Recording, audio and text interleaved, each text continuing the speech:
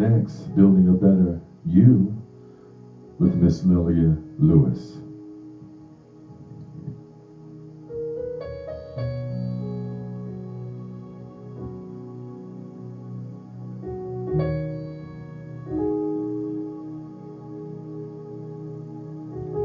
Hi, I'm Lelia Lewis, and welcome to another edition of Building a Better You. Now, today we're going to be continuing in the book of Proverbs when we're going to go to chapter 10. And it's kind of a continuation of where we left off last week in chapter 1. Because chapter 1 was also from Solomon, who was the son of King David. And in the beginning, we spoke about what is a proverb, and we said that it was a short statement that describes an event or principles or rules of conduct. And in this chapter 10, this is also written by Solomon. And in the very first verse, it's almost telling you the same thing that chapter 8 said, or that chapter 1 said, verse 8. So the first verse of this chapter says, "A wise son maketh a glad father." And in chapter 1, verse 8, it said, "My son, hear the instruction of the father." So back then it was saying, listen to the direction your father is giving you. And in this verse it says, if you do, that makes a glad father. So those two verses are pretty much saying the same thing. And also it says, a foolish son is the heaviness of his mother. And back in chapter 1, verse 8, it says, forsake not the law of thy mother. So again, it's saying back there, follow the instruction your father gives you, listen to what your mother tells you. That will make her happy. But if you do not, that brings heaviness upon your mother.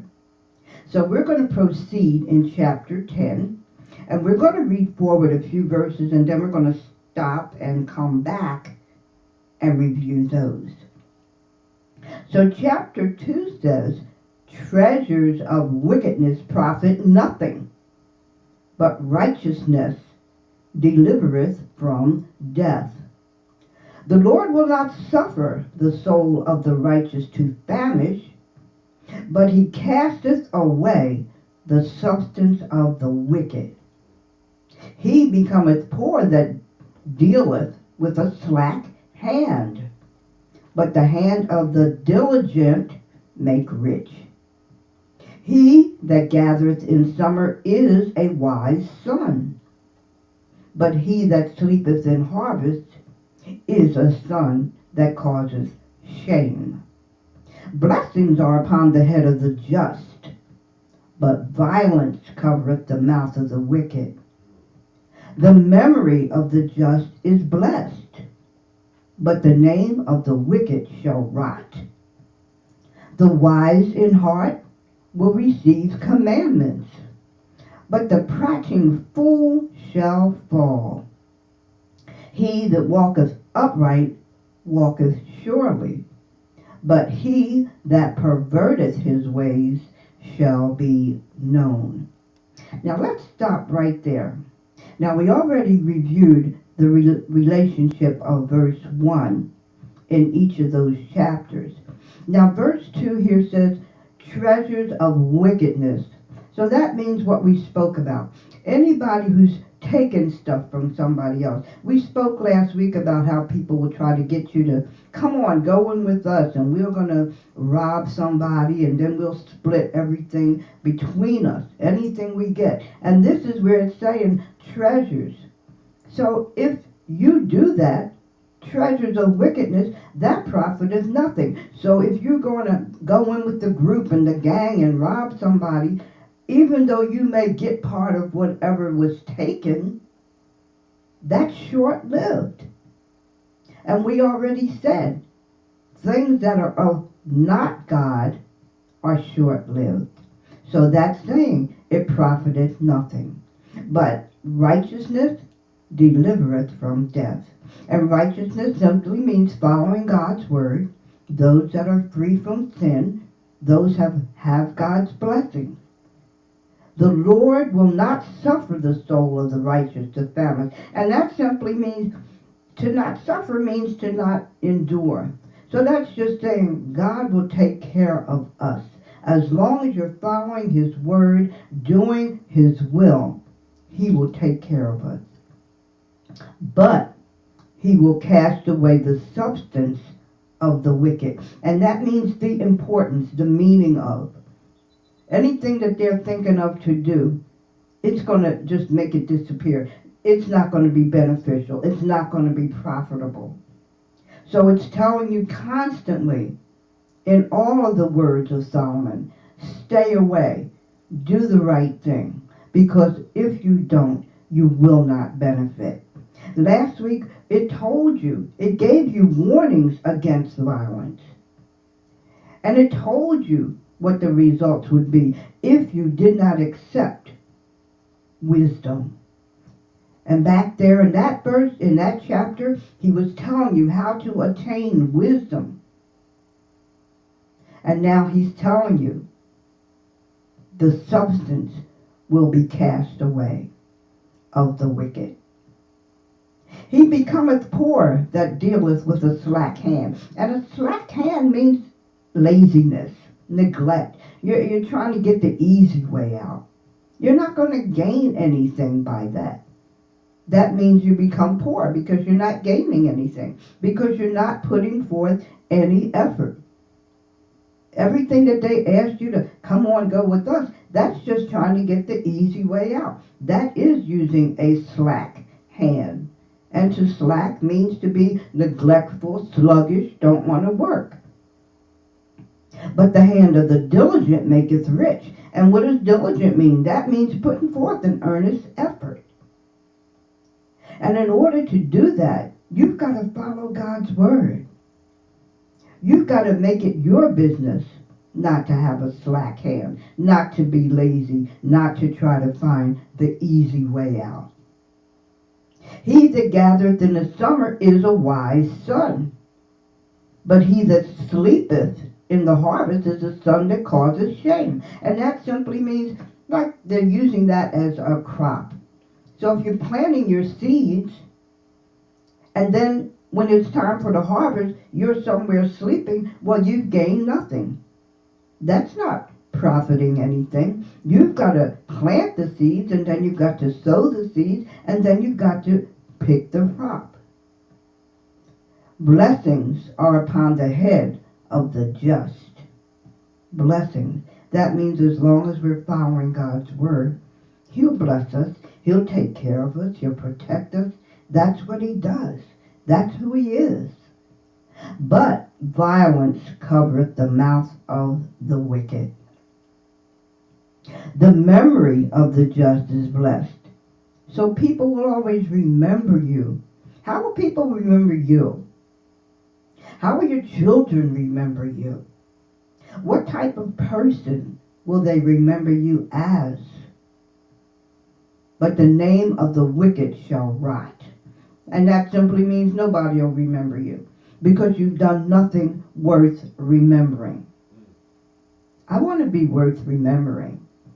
I want to do something that people say, oh yeah, I remember her. She was so nice and she was so courteous. She was so kind to everybody. How do you want to be remembered? I want to be blessed. The wise in heart will receive commandments, but a prating fool shall fall.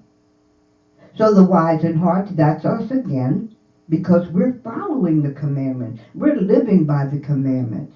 But a prating fool shall fall. And prating simply means one word, stupid. A stupid person is someone, of course we know, they just want to do it their way. So they're not going to prosper. They're not going to prosper because they want to do it their way. They want the fast track. He that walketh upright walks surely. So as long as you're walking in God's way, your footsteps will be sure. You won't be wobbly, wishy-washy. You'll have a clear path.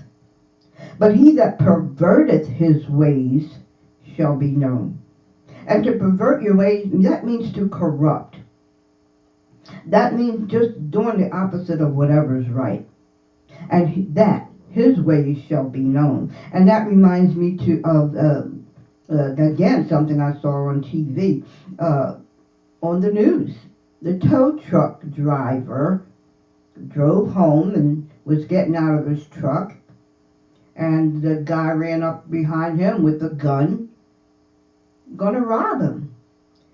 But what he didn't know was that the tow truck driver had a gun of his own. So the tow truck driver ended up shooting the would-be robber.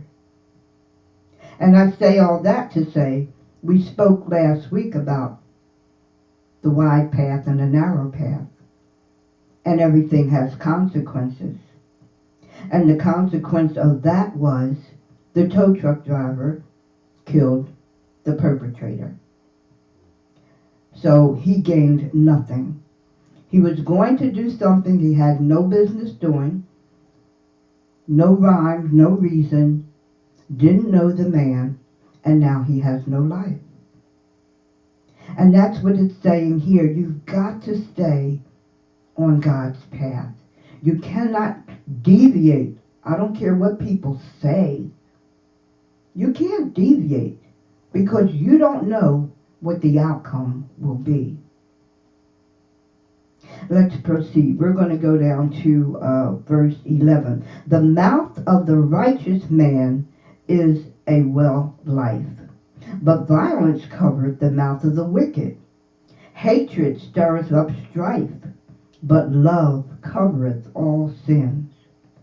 In the lips of him that have understanding, wisdom is found, but a rod is for the back of him that is void of understanding. Wise men lay up knowledge, but the mouth of the foolish is near destruction. The rich man's wealth is his strong city. The destruction of the poor is poverty. The labor of the righteous tendeth to life, the fruit of the wicked to sin. He is in the way of life that keepeth instruction, but he that refuseth reproof errors. He that hideth hatred with lying lips, and he that uttereth a slander is a fool. Now let's stop there for a minute and go back and pick up where we left off. Verse 11 says, the mouth of the righteous is a well of life. So it's almost like as long as you're doing what's right, it's like having water from a well, the well of life. But violence covers the mouth of the wicked.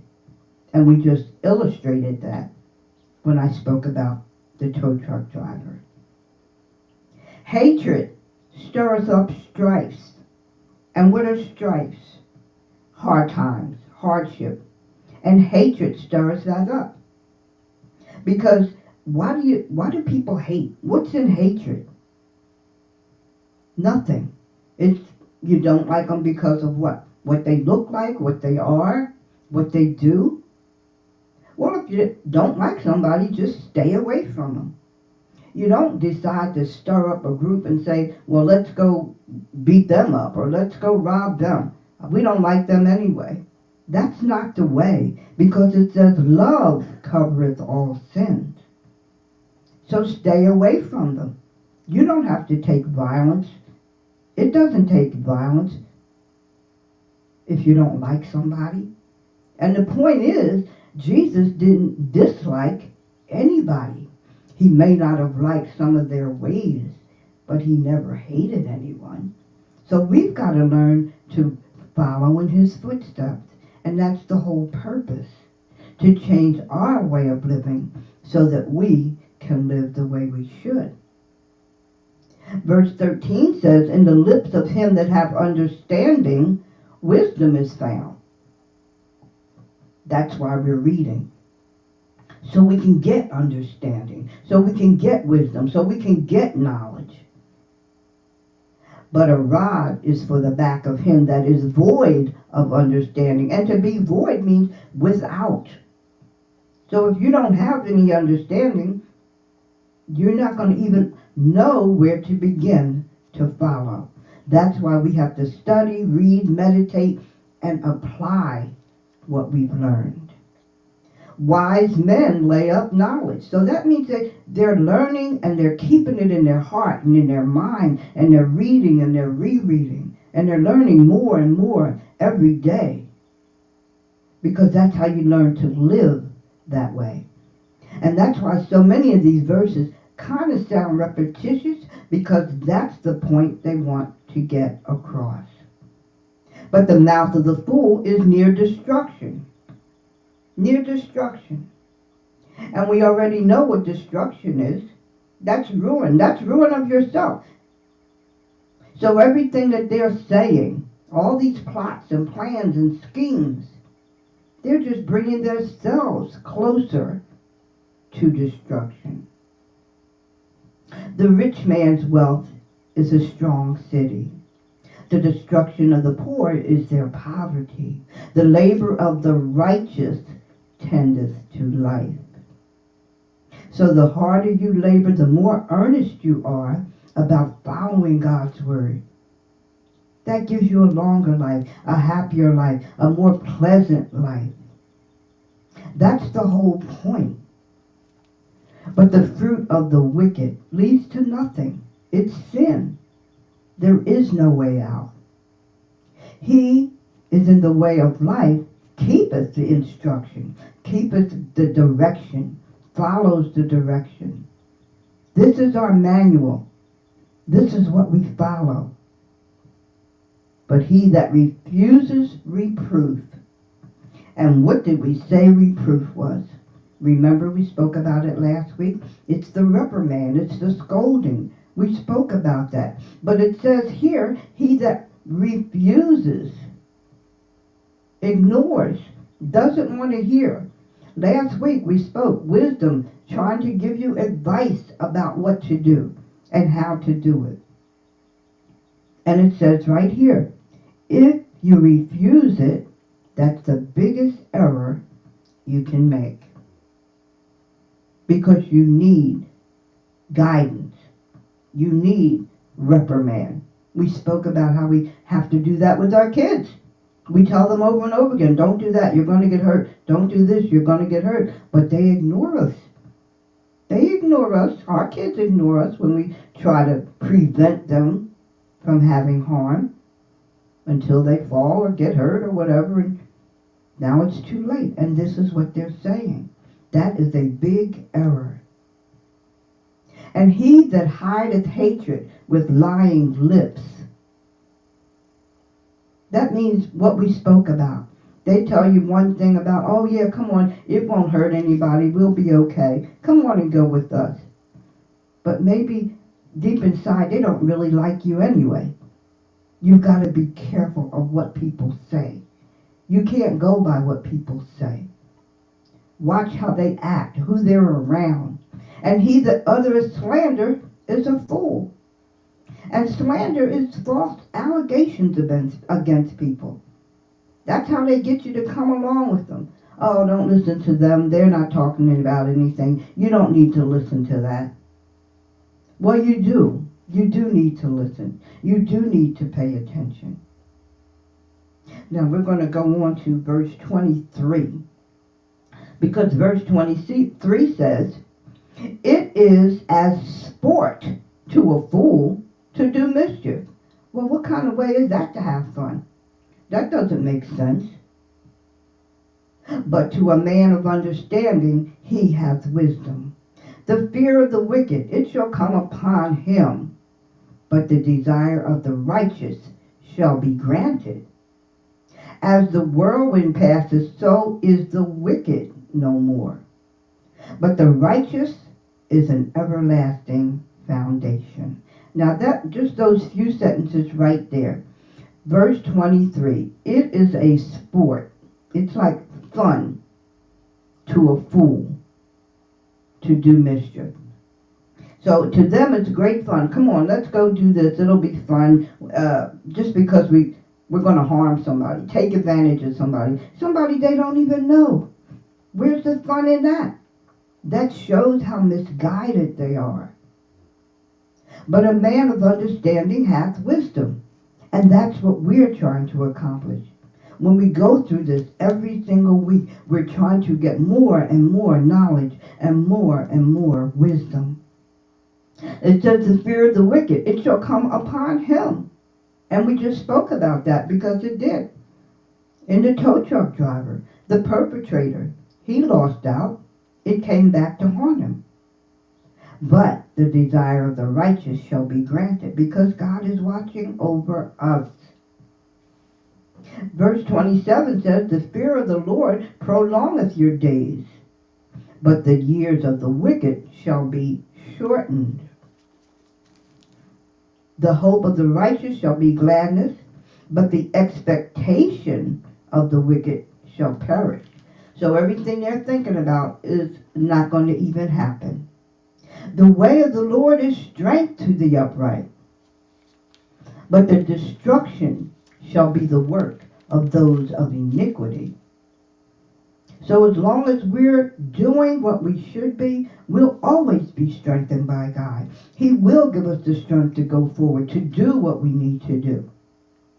But destruction shall be the work of the iniquity workers. They'll destroy themselves. We spoke about that. The righteous shall never be removed, but the wicked shall not inherit the earth.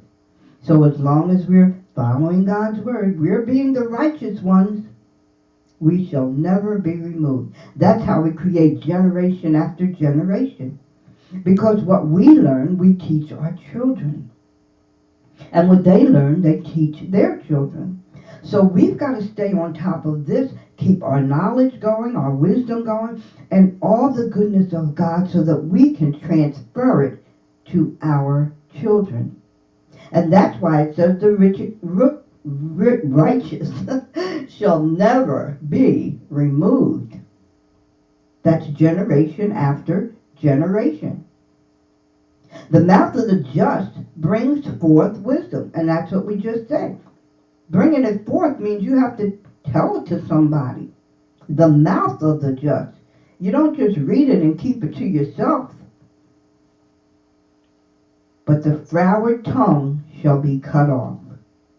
And what did we say froward meant? The ones that are habitually inclined to be just disobedient. They don't want to hear anything you've got to say. They're not interested. They don't want to hear about direction. They don't want rules. They don't want regulation. They just want to do what they want to do. But it says, their tongue shall be cut out. The lips of the righteous know what's acceptable. And we do know because we're reading about it. Not just once a week, but daily. You've got to read these words daily. You've got to read them and understand them and meditate on them every day. Because the mouth of the wicked, all they speak is frowardness. So you've got to learn who to listen to, and then you've got to listen to what they're saying. Because just like Satan's not after your physical self. He's after your mind.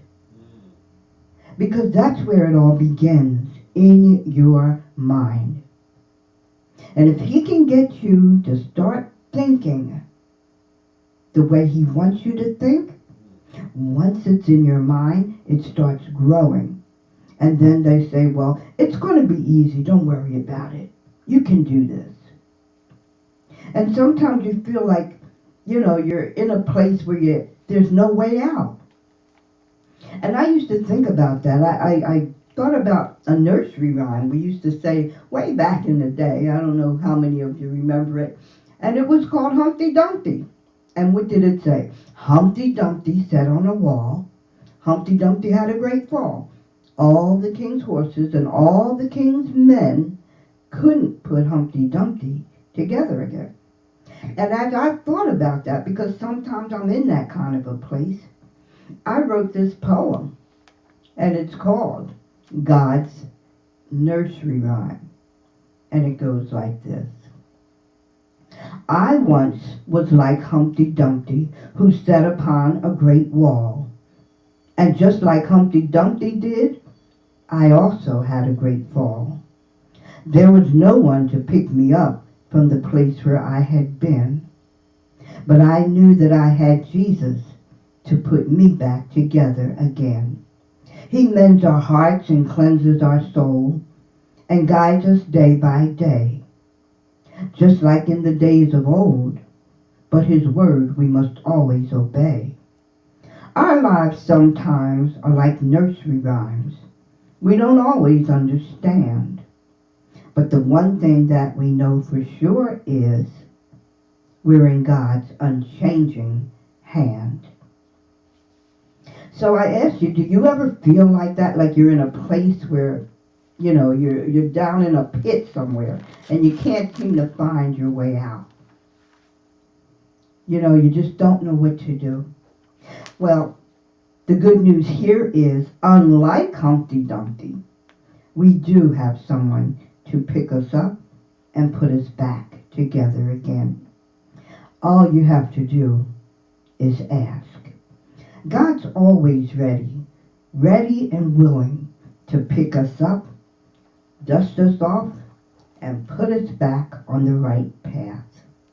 All you have to do is decide that you're going to ask him. So where are you today? I'm going to ask you, how do you feel? Are you satisfied with where you are today? Are you ready to trust God? Are you ready to believe that he can pick you up, dust you off, and put you back on the right path? We spoke about the paths, the wide path and the narrow path. We said the wide path was the quick fix, but it's only temporary. The narrow path, not as quick, but we know it's permanent. I've already chosen my path. Make your choice. My closing words today are, God's trusting you to trust him. Don't disappoint him. And until next week, I'm Lelia Lewis. Thanks for joining me.